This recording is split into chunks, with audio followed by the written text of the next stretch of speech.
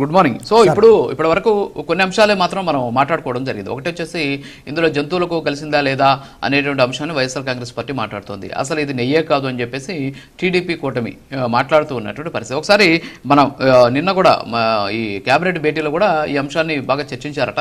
ఒకసారి ఆ డాక్యుమెంట్స్ కూడా మన దగ్గర ఉన్నాయి, ఒకసారి చూపించండి ఏపీసీఆర్. ఇది వచ్చేసి 2022లో అప్పట్లో దీన్ని 2022 మే 20వ తేదీన అప్పట్లో ఉన్నటువంటి deputy executive officer PV Natesh Babu, ఇప్పుడు ఆయన అక్యూజ్ నెంబర్ 27, ఆయన టీటీడీ చైర్మన్ చెప్పినటువంటి విధంగా మైసూరులో ఉన్నటువంటి సిఎఫ్టిఆర్ఐ అనేటటువంటి ల్యాబ్కి ఒక 4 కంపెనీలకు సంబంధించినటువంటి నెయ్యి సరఫరాదారులైనటువంటి premier agri foods private limited, Bhole Baba organic dairy milk private limited Fatehpur, Vaishnavi dairy specialities private limited, Bhole Baba organic dairy private limited. So ఈ 4కి సంబంధించినటువంటి డైరీకి సంబంధించినటువంటి శాంపిల్స్ను పంపిస్తే ఒక నివేదిక వచ్చింది.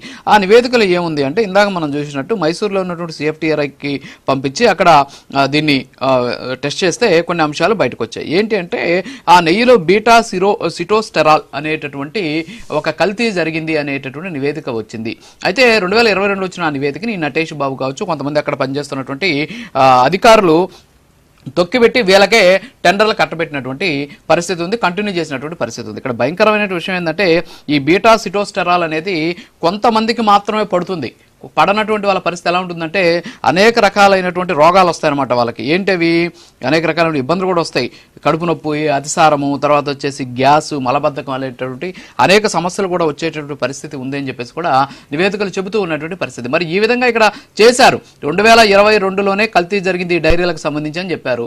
మరి 2023లో మళ్ళీ అదే డైరీలకు ఎందుకు ఇచ్చారు?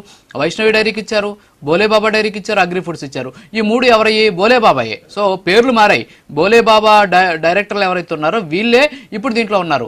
బోలేబాబాని ఎప్పుడైతే బ్లాక్ లిస్ట్ లో పెట్టారో వైష్ణవి డైరీని కొన్నారు వాళ్ళు. కొన్ని మళ్ళీ వైష్ణవి డైరీ నుంచి బోలేబాబా నుంచి తయారు చేసి దాన్ని వైష్ణవి డైరీకి పంపించి మళ్ళీ అక్కడి నుంచి ఇక్కడ తీసుకొచ్చారు. ఇవన్నీ కూడా పక్కాగా ఉన్నటువంటి పరిస్థితి. సో 2022లోనే కల్తీ జరిగిందని చెప్తే ఆ ఫైల్ని తొక్కిపెట్టి మళ్ళీ 2023-24లో మళ్ళీ వాటికే టెండర్లు కట్టబెట్టినటువంటి పరిస్థితి ఉంది. మరి అక్కడ స్పష్టంగా తెలిసిపోతుంది కదా, సిఎఫ్టిఆర్ఐ ల్యాబ్లోనే కల్తీ జరిగిందని చెప్పి వచ్చినా సరే తొక్కిపెట్టారనేది స్పష్టంగా కనిపిస్తుంది. మరి ఇదంతా కూడా అధికారులకు తెలియకుండా జరిగిందంటారా? ఆ రోజుల్లో మోనార్క్ అనుకోవాలనో లేకపోతే వన్ ఆఫ్ ది బాస్ అనుకోవాలనో ఓన్లీ 1 పర్సన్ అనుకోవాలనో తెలియదు. కానీ ఒక ఆయన ధర్మారెడ్డి గారు ఉండేవారు. మరి ఆయన ఇవన్నీ కూడా చూసుకునేవారు, చక్కబెట్టేవారు. మరి ఆయన తెలియకుండా జరిగింది అనుకోవచ్చా?